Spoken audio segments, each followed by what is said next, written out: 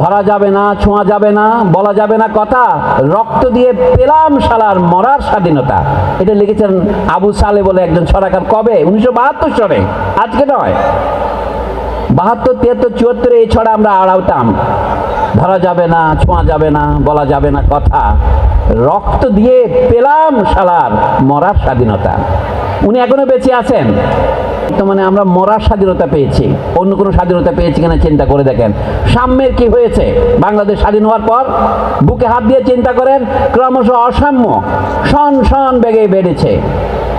মানবিক মর্যাদা ধূলিসাৎ হয়েছে। টর্চার, গুম, খুন, ক্রসফায়ার, গান ফাইট বাংলাদেশে বেড়েছে না কমেছে আপনারা জানেন। তাহলে আমাদের ছাত্রছাত্রী আমরা কি শেখাবো? অধিকার ও কর্তব্য কি শেখাবো? শুধু তর্ক হচ্ছে আমরা কি জাতীয় সঙ্গীত বদলাবো? আমরা জাতীয় সঙ্গীত বদলাবার চেয়ে গুরুত্বপূর্ণ দাদ হচ্ছে এই সংস্কৃতি বন্ধ করা। বিনা বিচারে, সে যদি আপনার পরম শত্রু হয় তাকে বিচার করেন। যেটাকে এখন মব জাস্টিস বলা হচ্ছে, এটাও কিন্তু ন্যায়ের বিরোধী। যে কোনো লোককে যে অপরাধ করেছে তাকে গ্রেপ্তার করুন, তাকে বিচারের সোপর্দ করুন এবং তাকে যথাযথ প্রক্রিয়া বিচার করে দোষীকে শাস্তি দিন। নির্দোষ লোকদের 133 জন 537 জনের আসামি করে হত্যা মামলা করুন।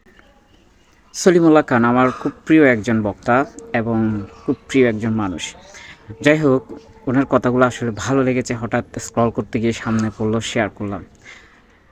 বইতে আমরা পড়েছি স্বাধীনতা অর্জনের চাইতেও স্বাধীনতা রক্ষা করা কঠিন। কারণ আমরা স্বাধীনতা অর্জন করি মুক্তভাবে চলা, মুক্তভাবে বলা এবং সুন্দর জীবনযাপন এবং নিজেদের অধিকার, বৈষম্য এগুলো দূর করার জন্য, সুন্দর একটা সমাজ বিনির্মাণ করার জন্য।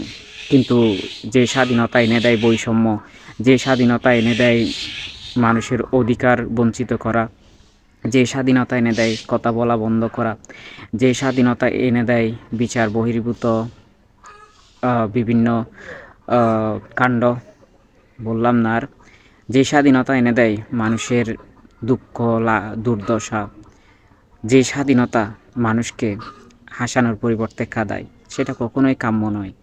সবসময় আমরা এমন স্বাধীনতা চাই যে স্বাধীনতা দিয়ে মুক্ত পাখির মতো আকাশে উড়ার মতো প্রফুল্লতা থাকবে।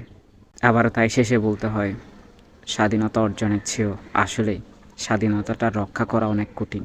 ক্রিটিসিজম বা সমালোচনা থাকবে, সেগুলো মেনে নিয়ে কিন্তু চলতে হয়। কিন্তু ক্রিটিসিজম সমালোচনা বন্ধ হলে মনে করতে হবে এটা স্বাধীনতা অর্জন নয়, বরং স্বাধীনতা হনন।